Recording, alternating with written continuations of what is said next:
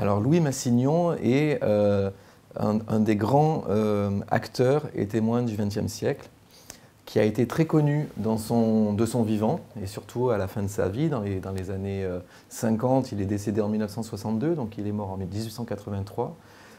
Il est aussi très connu pour avoir été un grand islamologue. Il est souvent considéré comme l'un des pères de l'islamologie française. Il était professeur au Collège de France. Mais sa vie est en fait beaucoup plus riche et complexe que ces simples traits, puisqu'il est aussi considéré comme un grand mystique chrétien qui a été, je le résume ainsi, amoureux de l'islam. Et donc ça en fait une figure transversale, si vous voulez, entre chrétienté et islam, et même le judaïsme, parce qu'il revendique aussi une forme d'apostolat, presque, je dirais, de l'abrahamisme, donc c'est-à-dire de reconnaître les trois monothéismes sur un pied d'égalité. Et donc, je signe une biographie de ce personnage, la précédente datée d'il y a plus de 25 ans, pour faire reconnaître son œuvre, mais aussi sa trajectoire et sa pensée aux nouvelles générations. Et donc, je décris dans ce livre une nouvelle approche à partir de plusieurs facettes que je dis consubstantielles, donc ça veut dire intimement liées les unes aux autres, à la fois du savant, donc celle que j'ai énoncée, mais aussi celle de l'homme de Dieu, du croyant chrétien amoureux de l'islam, ce qui peut aussi surprendre, mais aussi du diplomate, aussi du chercheur, donc je l'ai déjà dit, mais donc aussi, du soldat aussi, il a un rôle aussi pendant les deux guerres mondiales, et surtout de l'intellectuel engagé, qui prend position dans la cité de son temps, et notamment sur des questions brûlantes, telles que la guerre d'Algérie, etc., nous en reparlerons sans doute, et qui résonnent encore jusqu'à aujourd'hui. Alors Louis Massignon naît à Nogent-sur-Marne, à côté de Paris, dans un milieu aisé, de bourgeoisie parisienne, et sa spécificité, donc, c'est d'avoir un père incroyant et une mère très catholique. Et donc cela va véritablement le marquer très profondément dans son enfance, dans sa jeunesse, dans sa construction de jeune homme aussi, puisqu'il va être écartelé entre ces deux polarités. Quand il est enfant, il voudrait que son père se convertisse, parce qu'il est lui-même très croyant sous l'influence de sa mère, et petit à petit, il va être intéressé par les questionnements, par la philosophie et les valeurs de son père, donc humaniste, non pas anticlérical, mais disons pas du tout porté sur les questions religieuses, quoique son père, donc Ferdinand Massignon, qui lui-même est artiste dans le tournant du siècle, on est au tournant fin du 19e, début 20e siècle, est un artiste sculpteur, graveur, assez reconnu. D'ailleurs, une grande expo va y être consacrée ici à Paris. Et il traite, ce qui est assez intéressant, souvent de sujets religieux. Donc il n'est pas croyant lui-même, hein, il l'affiche, mais en même temps, ses œuvres sont aussi et traitent beaucoup de thèmes religieux. Et donc le jeune Louis Massignon grandit dans un milieu donc très propice aussi à la culture, à la musique, à la littérature, au voyage aussi. Il voyage beaucoup avec ses parents en Italie, dans différents endroits. Et même très tôt, en fait, ce qui est assez curieux, je trouve, dès ses 16 ans, donc très jeune, son père l'autorise à partir tout seul en Allemagne, en Autriche, donc il fait des voyages déjà solitaires. Très très jeune à la fin du 19e siècle. Et aussi une autre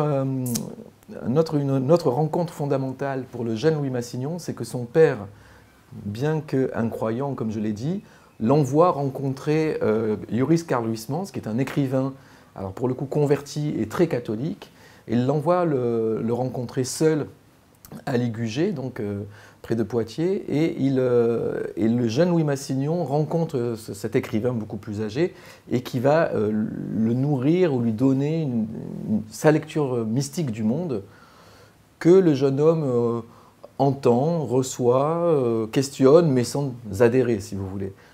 Le fait important, c'est que après la propre reconversion ou conversion de Louis Massignon en 1908, tout le principe que Huysmans lui a transmis va le nourrir véritablement jusqu'à la fin de ses jours.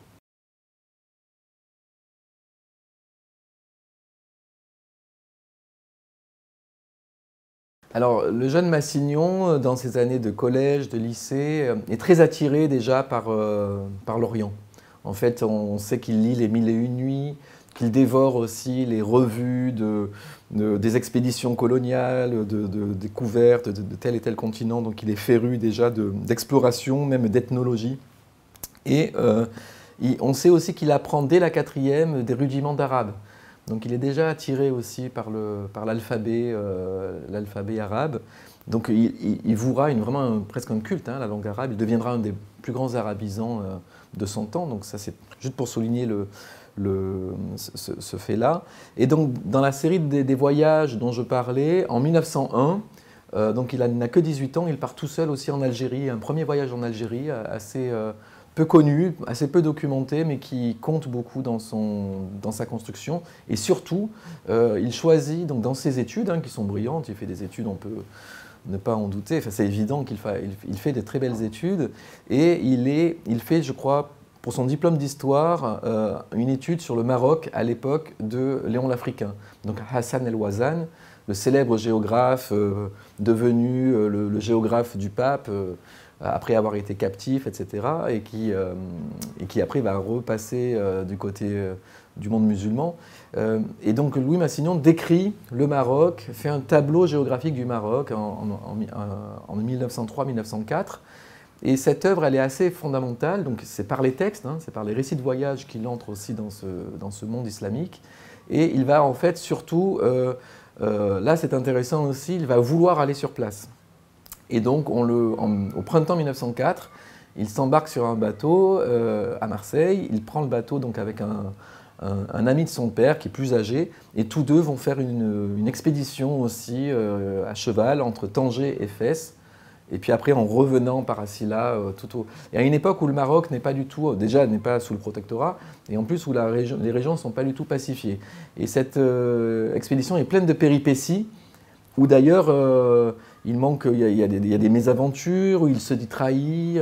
Et d'ailleurs, c'est intéressant parce que c'est lors de cette aventure qu'il se jure d'apprendre l'arabe, justement, de devenir vraiment, pour ne plus se faire avoir, si vous voulez, parce qu'il a été trahi par un guide. Et autre fait, il jure aussi de ne plus boire d'alcool, puisque semble-t-il que l'alcool était aussi impliqué dans la mésaventure, puisqu'ils avaient des bouteilles dans leur cargaison. Et ce voyage est fondateur. Quand il rentre à Paris, il va s'inscrire aux langues orientales et donc très vite être diplômé d'arabe littéraire et dit vulgaire, hein, c'était la terminologie à l'époque. Et là aussi, dans cette continuité, très vite on sent que ce jeune homme, qui est un croyant, hein, je le rappelle, depuis l'adolescence, est appelé. Il y a vraiment un élan, il est appelé par l'ailleurs, il veut quitter en fond sans doute Paris, comme beaucoup, on peut l'imaginer, beaucoup de jeunes gens qui veulent aller se frotter un peu à la vie. Et là, il va être nommé comme archéologue au Caire, à l'IFAO, l'Institut français d'archéologie orientale, et il va passer une année, en 1906-1907, au Caire, qui va être aussi un épisode vraiment déterminant sur plusieurs plans, mais notamment parce que c'est là qu'il va découvrir la poésie soufie, et notamment la figure de Hallaj, de ce saint musulman du Xe siècle, à travers un ouvrage de Hattar, en fait, qu'il découvre là-bas. Alors, il est là en tant qu'archéologue pour faire des fouilles, et tout à coup, en fait, il découvre cette littérature qui l'émeut profondément. Il est toujours un croyant, en fait, enfin non-croyant du coup, mais il décèle la possibilité d'un sujet de thèse de doctorat sur cette figure très controversée de Hallaj. Et voilà un peu le cadre de ces années de jeunesse dans lesquelles il découvre l'islam. Louis Massignon est né en 1883 et dans une époque où la colonisation bat son plein.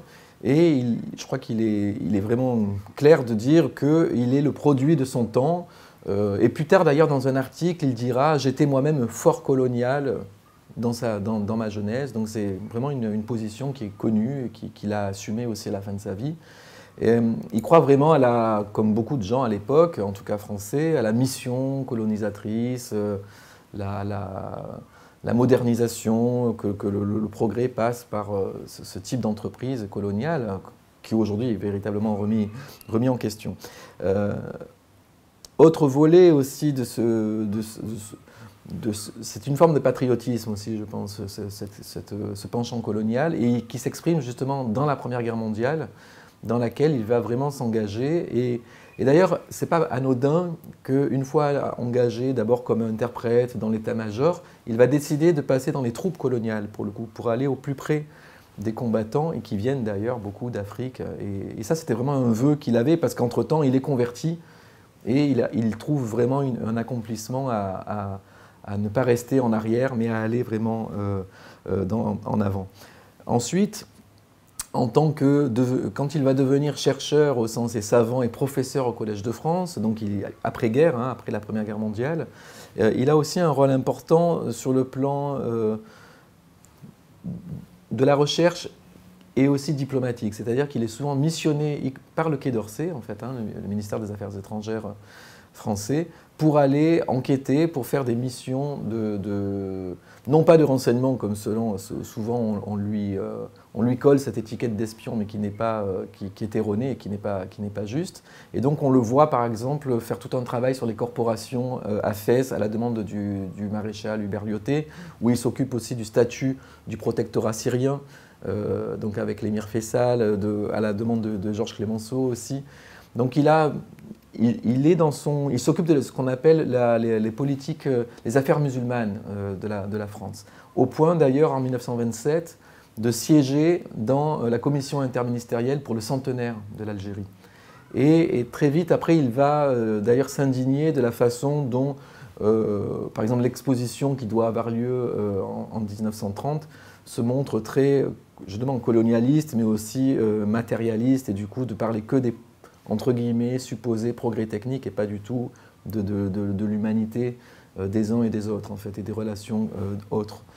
Donc il a une période, toute cette période est très pro-colonialiste, il ne faut pas le dire autrement. Par contre, ce qui est intéressant, c'est qu'il y a un revirement important qui va s'opérer après la Deuxième Guerre mondiale, où là vraiment il va constater, alors ça avait déjà commencé, mais que le projet colonial se transforme en exaction, en horreur, en avilissement, quasiment souvent en négation de l'altérité, en fait, et notamment de la religion aussi musulmane de beaucoup de concitoyens, dans le cas de l'Algérie. Et on le voit dès 1947 créer des comités comme celui qui s'appelle le Comité d'entente France-Islam, et puis après, en 1953, avec François Mauriac, il va créer aussi un comité France-Maghreb, et dédié justement et donc à prendre parti pour la décolonisation, en tout cas pour un mouvement de respect déjà des concitoyens, donc avant même les événements de guerre d'Algérie. On le voit par exemple aussi très impliqué au moment de la destitution du sultan Mohamed V au Maroc en 1953. Et il va d'ailleurs vraiment s'indigner, prendre position, signer des tribunes. Il va même aller le rencontrer à Madagascar lors de son exil. Donc on voit vraiment qu'il y a une bascule, si vous voulez. Et c'est les mêmes années d'ailleurs où il va s'indigner dès 48, 47, 48, de façon très très virulente, hein, très engagée. Ça lui est souvent reproché encore aujourd'hui, mais contre la création de l'État d'Israël, parce que ça suscite aussi tout un mouvement de population, de réfugiés, qui l'indigne profondément. Donc il est un acteur, on voit le savant devenir aussi un acteur social qui s'implique dans la cité.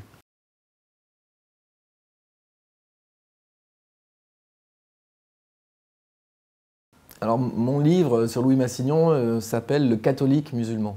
C'est un titre qui peut surprendre, qui peut même détonner, si vous voulez sonner un peu comme un oxymore, hein, comme une contradiction dans les termes. Comment peut-on être catholique et musulman à la fois?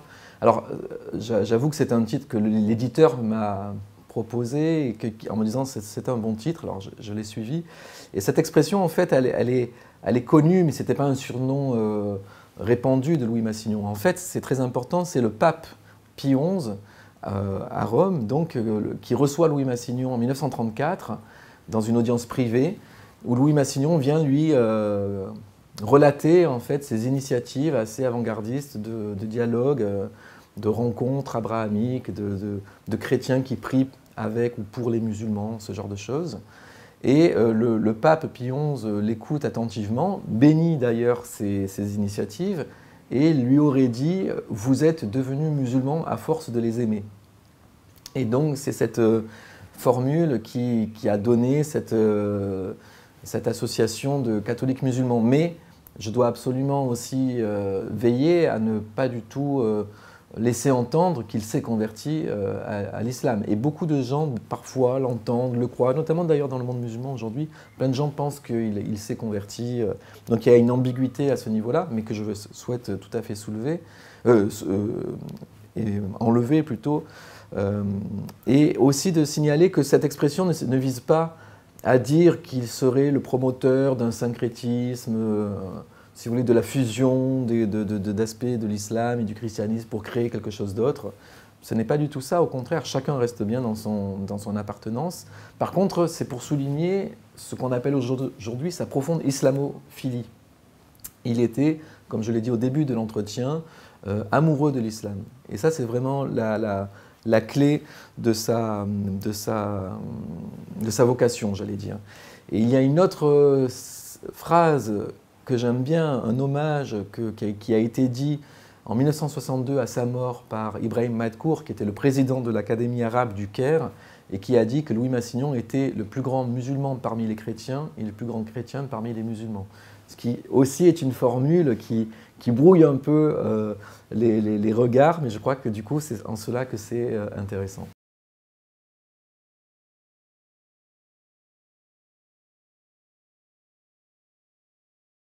Effectivement, c'est une des thèses aussi, ou des points forts que j'essaye de développer dans cet ouvrage, que Louis Massignon s'est reconverti au christianisme après une période d'incroyance, grâce à l'islam, qui donc joue un rôle puissant, y compris dans ce processus de conversion. Louis Massignon est très touché en étudiant l'islam, et le soufisme en particulier, et ça va nourrir son propre retour à Dieu, pour le dire autrement. J'écris parfois que l'islam joue un rôle maïotique dans sa conversion, et où c'est l'altérité religieuse qui vient en fait enrichir sa propre quête intérieure, puisque ce jeune homme un peu en perdition, puisqu'il faut aussi le dire à un moment, mais il a aussi vécu dans ces années d'incroyance une période d'expérience de l'homosexualité qu'il a beaucoup travaillé, dont il s'est beaucoup, comment dire, qui l'a entre guillemets meurtri aussi, je dirais, puisque même d'ailleurs ça se passe dans ces années en Égypte, et il parle d'ailleurs à un moment d'une saison en enfer, avec un écho un peu rimbaldien. Et puis après, c'est à Bagdad, du coup, un an plus tard, en 1908, que sa conversion advient de façon tout à fait foudroyante. Et là, on serait plutôt du côté des illuminations, pour continuer la métaphore avec Arthur Rimbaud. Et ce jeune homme, voilà, était vraiment en quête d'altérité, en quête d'ailleurs, et surtout en quête de lui-même. Et en fait, il va accomplir ce processus d'individuation, ou on peut dire aussi de subjectivation, et c'est l'islam qui lui ouvre en fait ce chemin qu'il va ne cesser de suivre tout au long de sa vie. Cette conversion dont il faut vraiment parler en 1908 est centrale et déterminante, puisqu'il a l'impression, en tout cas, alors qu'il se croit condamné à mort sur un bateau, donc sur le fleuve du Tigre, en pleine révolution des jeunes Turcs en 1908, donc dans l'Empire ottoman. Et donc d'ailleurs, c'est d'ailleurs un contexte très rocambolesque, si vous voulez, plein de péripéties que le livre essaye de relater aussi de façon assez vivante. Il a la conviction, il croit qu'il va être condamné à mort, et il veut même se suicider. Et c'est là qu'il reçoit une visitation, il appelle ça la visitation de l'étranger. L'étranger, c'est Dieu, et qui vient le sortir en fait de son état antérieur. Et il va presque frôler la mort, dans le sens où il va rentrer à Bagdad et être sur un lit d'hôpital, quasiment à l'article de la mort. Et il est convaincu à ce moment-là que Hallaj, justement le saint musulman auquel il va consacrer le reste de sa vie, vient intercéder pour le sauver. Et là, c'est très intéressant aussi qu'il fait l'expérience aussi à ce moment-là de l'hospitalité de notables musulmans de Bagdad chez qui il vivait. Et cette hospitalité va le sauver aussi doublement, puisqu'ils vont l'aider après maintes péripéties aussi à pouvoir rentrer en France, puisqu'il va être finalement remis sur pied plus vite que prévu.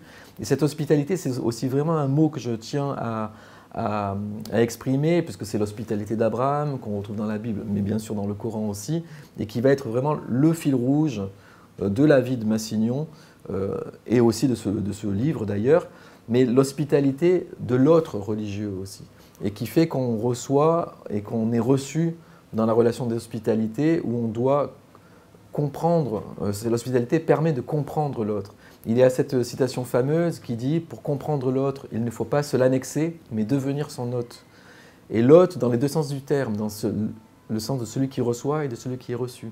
Donc l'hospitalité comme la méthode privilégiée de connaissance et de compréhension, et donc de compréhension réciproque de l'altérité, et non pas de l'annexion. L'annexion, c'était le schéma colonial, justement, où l'autre devait devenir le même.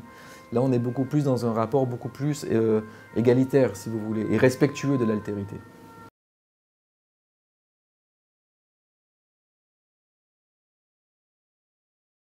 Donc Louis Massignon est encore aujourd'hui considéré comme l'un des pères de l'islamologie française, et sa mémoire n'est pas toujours mise à l'honneur, ou parfois il est un peu oublié, aussi controversé.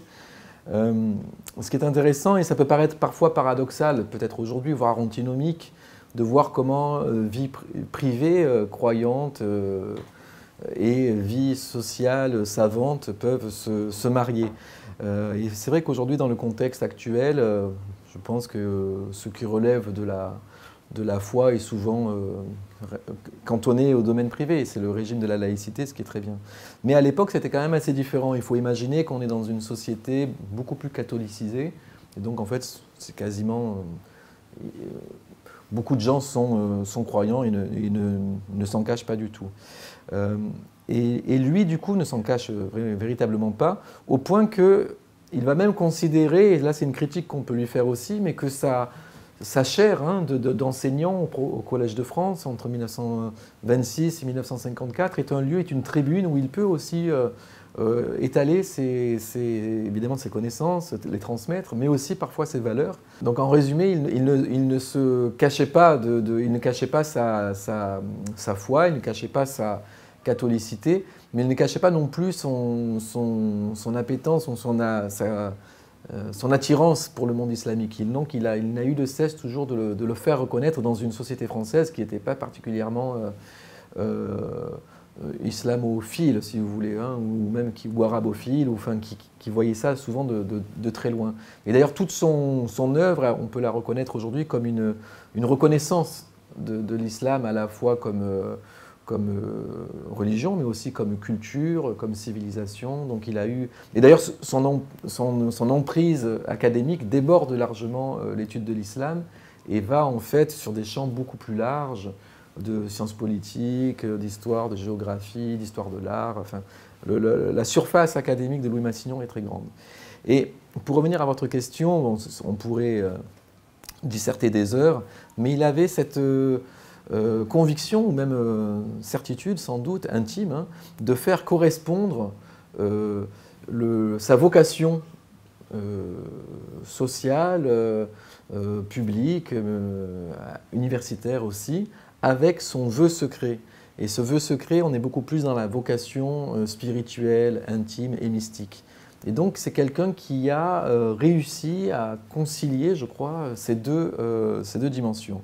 Mais, il y a un mais, il faut aussi ne pas être dupe, et cela lui est en partie, je crois, de façon justifiée, cela lui est reproché, c'est qu'il a eu aussi une lecture souvent orientée dans sa compréhension de l'islam, orientée par sa propre foi chrétienne. Et ça, c'est vrai qu'il faut bien le poser, le reconnaître et l'analyser comme tel. Par exemple, sa proximité, hein, sa très grande même sympathie, et plus que ça pour Hallaj, on voit qu'il a souvent parfois une lecture aussi chrétienne d'Hallaj, ou christiano-centrée si vous voulez. Alors c'est paradoxal parce qu'il défend aussi une approche intérioriste, compréhensive de l'intérieur de Hallaj, par ses textes, par sa poésie.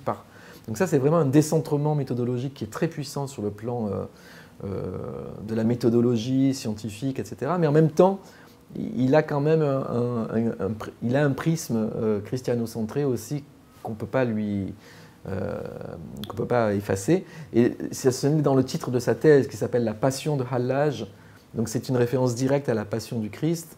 Et donc c'est pour lui une façon de souligner la dimension christique aussi de Hallaj. Parce que Hallaj ayant été crucifié en 309, Louis Massignon, au début d'ailleurs, veut dire qu'il croit qu'il s'est converti au christianisme avant de mourir. Et quand en 1934, il voit le pape Pie XI à Rome, dont j'ai parlé, il lui parle même d'un projet de canoniser Hallaj. Vous voyez jusqu'où ça va. Il aimerait que l'Église catholique reconnaisse ce saint musulman, qui d'ailleurs n'est même pas du tout un saint, ça n'existe pas dans l'islam, et qui en plus est extrêmement controversé, comme entre guillemets hérétique par beaucoup de courants musulmans. Donc voilà, on voit, et ça c'est une question, voilà, c'est un point critique qu'on peut poser. Je renvoie là vers les travaux d'une collègue, Florence Olivry, qui a soutenu sa thèse et qui sera, j'espère, publiée sur l'islamologie de Louis Massignon sous un angle critique. Donc c'est vraiment un travail précieux qui vient de sortir. Et aussi, je voudrais, pour finir, juste donner une idée. C'est qu'il est fréquent et commun, au fond, qu'un chercheur modifie en fait l'objet de sa recherche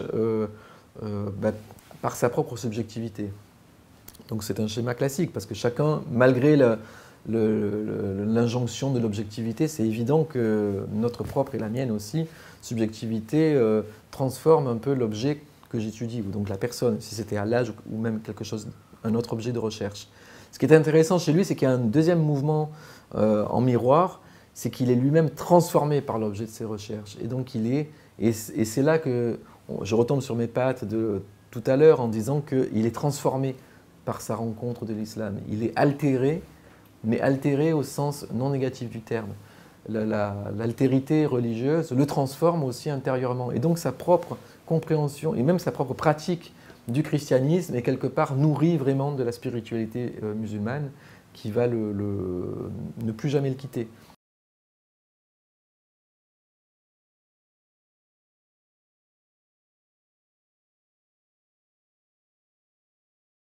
Alors, Louis Massignon, en 1922, avec sa thèse sur Hallaj, il a ouvert l'entrée du soufisme, d'ailleurs, l'étude du soufisme dans le champ académique, ce qui lui vaut, ce que j'ai déjà dit, d'être l'un des pères de l'islamologie française.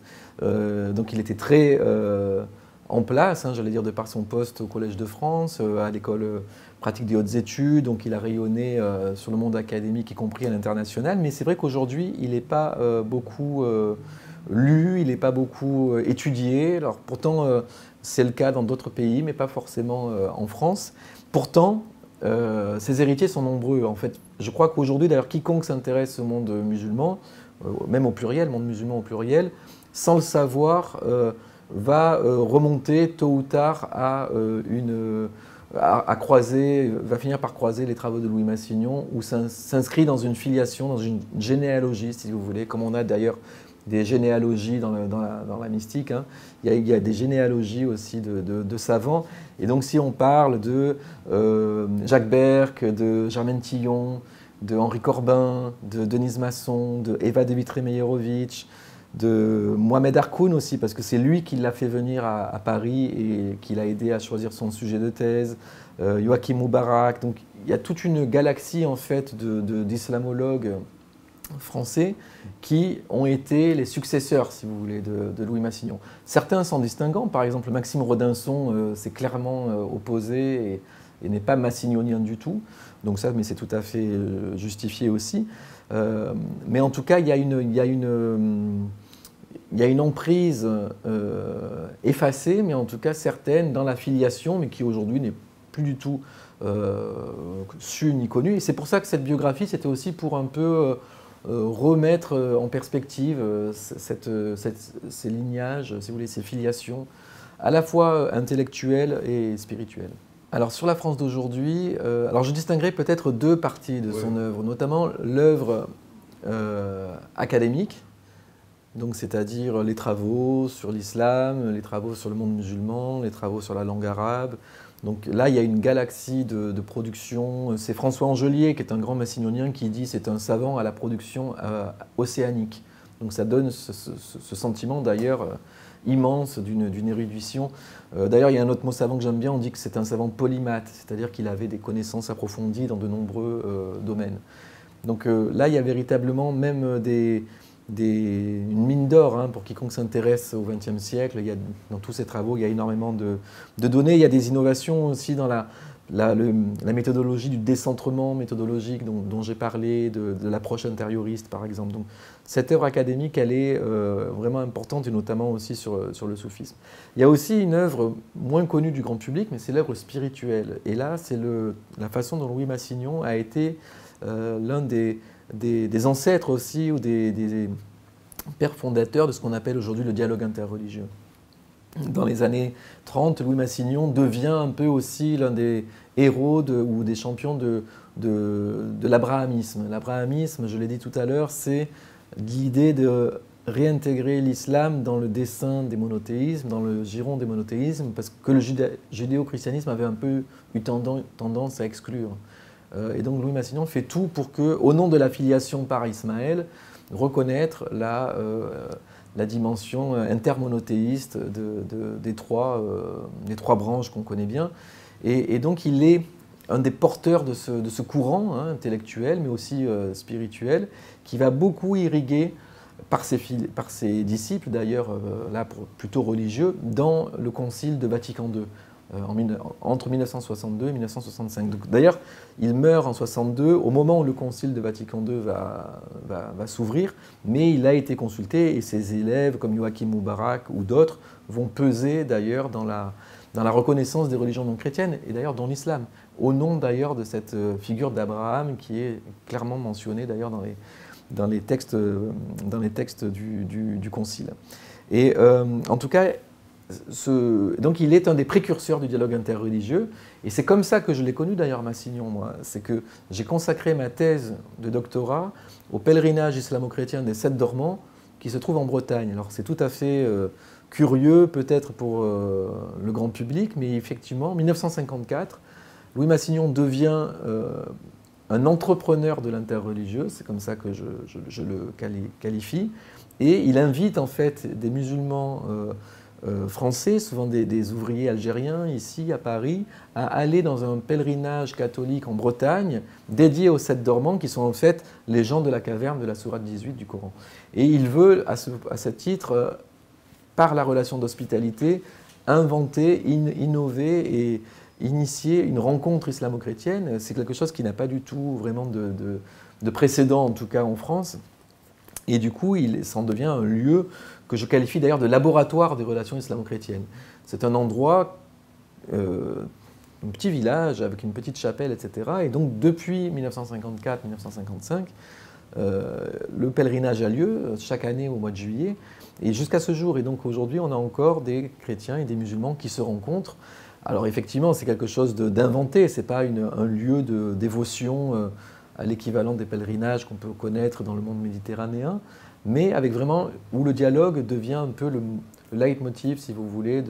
Et donc ce phénomène existant, on voit qu'il y a un héritage encore commun.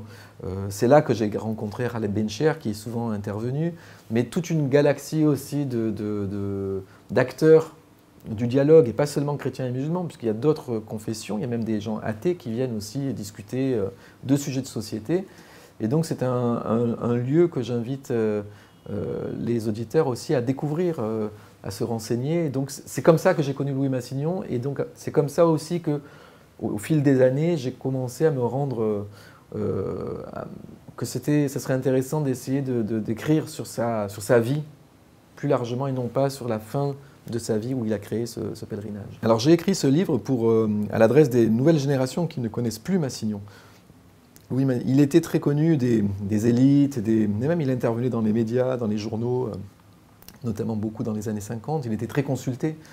Et je crois donc que sa pensée a beaucoup à apprendre. Et son œuvre, comme je l'ai dit, à la fois académique ou spirituelle aussi, peut irriguer et peut-être servir un peu d'antidote à certains raccourcis qu'on entend aujourd'hui, tous les amalgames qui sont faits évidemment sur l'islam, mais aussi sur cet essor galopant de la peur de l'autre, et notamment de la peur de l'autre religieux, du grand remplacement, enfin de tous ces fantasmes en fait, qui sont là, qui existaient déjà en fait, hein, de son temps. Et donc c'est justement là que c'est intéressant de voir que c'est des motifs qui se perpétuent, j'allais dire. Et sa pensée peut aussi nous aider à questionner cette relation entre l'autre et le même, la question du sacré, la question de la laïcité, donc c'est tous ces débats sur les identités religieuses. Je crois que, et ce thème de l'hospitalité aussi, qui est très fort chez lui, qui je crois est une clé de lecture aussi du présent et de l'humanité tout court, c'est le rapport qu'on a avec, entre guillemets, des autres, des étrangers. Et l'idée étant toujours d'être dans une relation plutôt d'accueil, de réciprocité. Je crois que c'est un mot qui peut vraiment être très fort et qu'il est encore aujourd'hui. S'il était vivant, aujourd'hui, je pense qu'il serait très impliqué, très engagé dans la crise des réfugiés, que ce soit les Syriens, que ce soit les Africains, que ce soit donc à Lampedusa, à Lesbos, mais même aussi aux États-Unis, ce mur, on a vu récemment les Haïtiens qui étaient aussi malmenés par les polices des frontières. Donc tous ces thèmes sont finalement très anthropologiquement se reproduisent et donc on a besoin de penseurs, on a besoin de clés, on a besoin de guides aussi, de phares peut-être pour éclairer ces situations. Et parfois de convoquer un regard du passé peut aider à mieux comprendre le présent. Et en guise de conclusion, je voudrais aussi annoncer à tous les auditeurs que nous venons d'ouvrir un nouveau site dédié à Louis Massignon, donc c'est louismassignon.fr, qui permet de découvrir un peu toutes ces facettes dont j'ai parlé, à base de documents, d'archives, de multiples plumes qui ont contribué aussi à découvrir ce personnage complexe. Et donc c'est un site évolutif qui va se constituer aussi de plusieurs nouvelles contributions. Et donc il y a une page Facebook aussi. Donc c'est vraiment aussi l'idée de faire connaître aux uns et aux autres, et notamment aux jeunes générations, cette figure complexe qui est Louis Massignon.